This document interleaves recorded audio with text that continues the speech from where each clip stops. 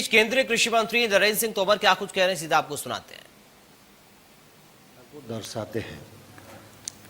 हम सब जानते हैं कि हमारे देश में एक बड़ा क्षेत्र है जहां नारियल की खेती होती है।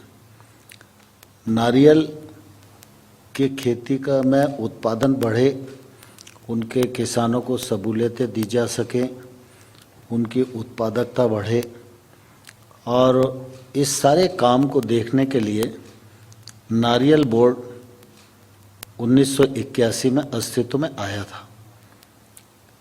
इस नारियल बोर्ड के एक्ट में हम लोग संशोधन करने जा रहे हैं।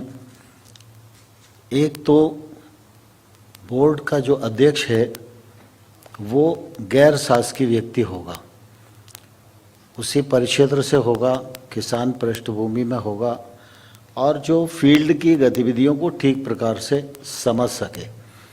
और एग्जीक्यूटिव पावर के लिए एक सीईओ होगा, उसके अंदर एग्जीक्यूटिव पावर निहित रहेंगी। बोर्ड में दो प्रकार के सदस्य हैं। एक प्रकार है केंद्र सरकार द्वारा नामित कुछ राज्य जो उसमें प्रतिनिधि के तौर पर रहते हैं। दूसरी श्रेणी ऐसी है जो बाकी राज्य बचते हैं, वो चक्रानुक्रम से उसमें जुड़ते जाते हैं और उनका कार्यकाल समाप्त होता जाता है। इस बार हम लोगों ने यह भी फैसला किया है कि केंद्र सरकार जिन 4 सदस्यों को नॉमिनेट करती है उनकी सदस्य संख्या बढ़ाकर 6 की गई है और अब आंध्र प्रदेश और गुजरात भी उसमें मेंबर होंगे। यह भी परिवर्तन करने हम जा रहे हैं।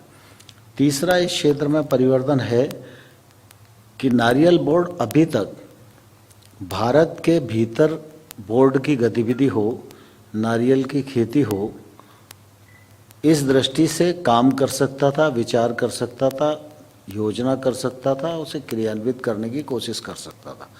लेकिन अब नारियल की खेती और नारियल के किसान को और लाभ हो, इस दृष्टि से वह भारत के बाहर भी गतिविधि की आवश्यकता है तो बोर्ड उस पर विचार कर सकता है और आगे बढ़ सकता है।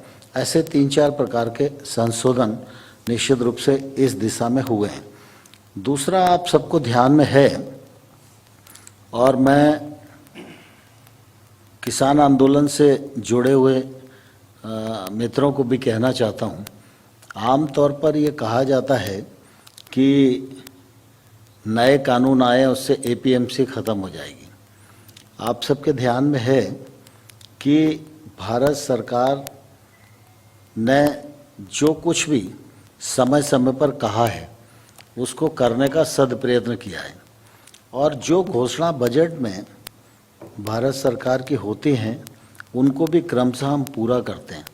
जब इस बार बजट आया था तो ये कहा गया था कि मंडियां समाप्त नहीं होंगी, मंडियों को और मजबूत किया जाएगा, मंडियों को और संसाधन मिले इस दृष्टि से प्रयत्न किया जाएगा, और जो कृषि अवसंरचना फंड 1 लाख करोड़ रुपए का आत्मनिर्भर भारत के अंतर्गत प्रावधान किया गया है, उस 1 लाख करोड़ के फंड का उपयोग ये एपीएमसी कर सकेंगी।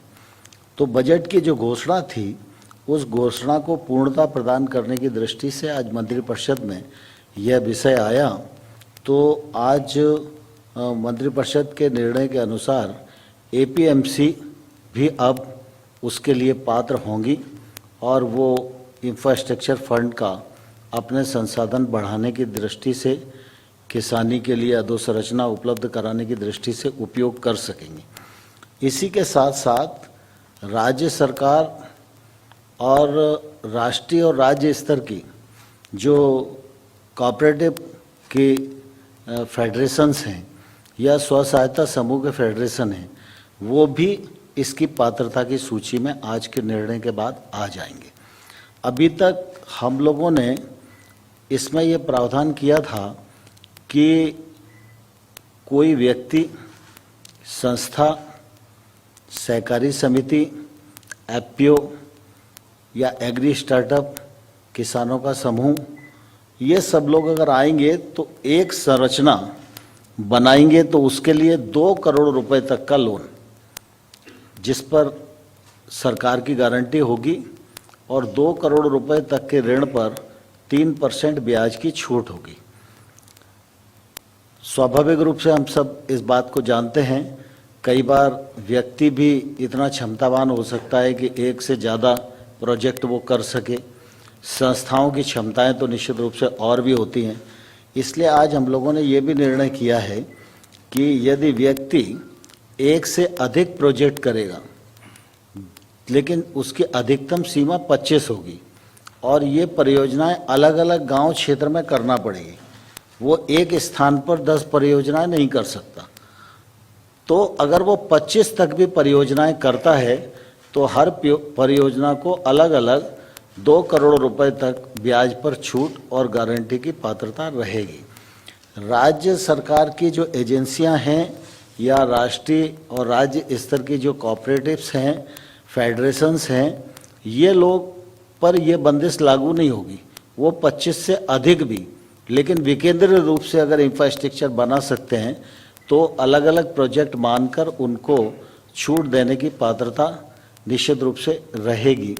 इस दृष्टि से हम लोगों ने इसको आगे बढ़ाने का प्रयत्न किया है और मंडी के मामले में ये भी निर्णय किया है कि मंडी का जो परिक्षेत्र है, मतलब एक मंडी का परिसर हो गया, लेकिन कृषि उपज मंडी जिस पूरे कमांड क्षेत्र में काम करती है, उस कमांड क्षेत्र में अगर वो एक से अधिक